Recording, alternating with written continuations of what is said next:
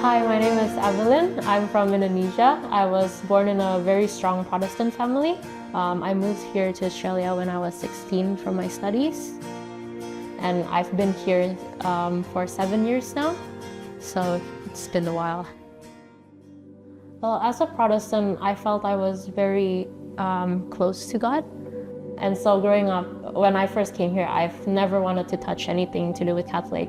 So my belief in this was such that I thought whenever I meet a Catholic, I want to pray for them so that they would know the truth and become the real Christians. And that's how I made most of the big decisions in my life. I didn't feel anything wrong. In fact, everything that I thought was wrong was the Catholic Church and all the traditions that it holds. So all that changed around 2021, the end of 2021, when I was having a call with my parents, and they told me that they were learning about the Catholic and Orthodox Church, and that terrified me.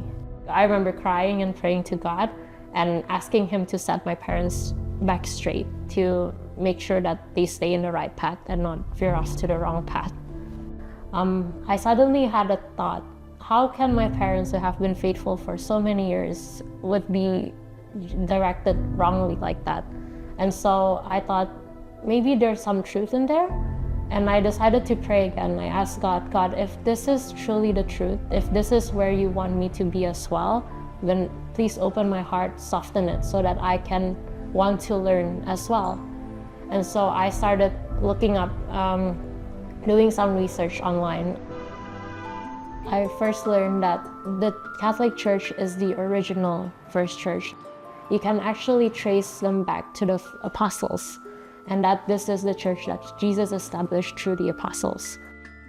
Second, I found that the Catholic Church doesn't actually worship Mary or the saints, but they venerate them. They are alive in heaven, and that we can ask for their intercessions and their prayers because they are close to God in heaven.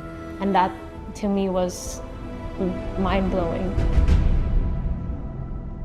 The real game changer was when I learned about the Eucharist, because as a Protestant, we had Holy Communion, but it was just bread and wine. But when I first learned about the Eucharist, knowing that this is actually the body and blood of Christ, it was life-changing, because for once in my life, I actually feel like I know for certain that God can be in me.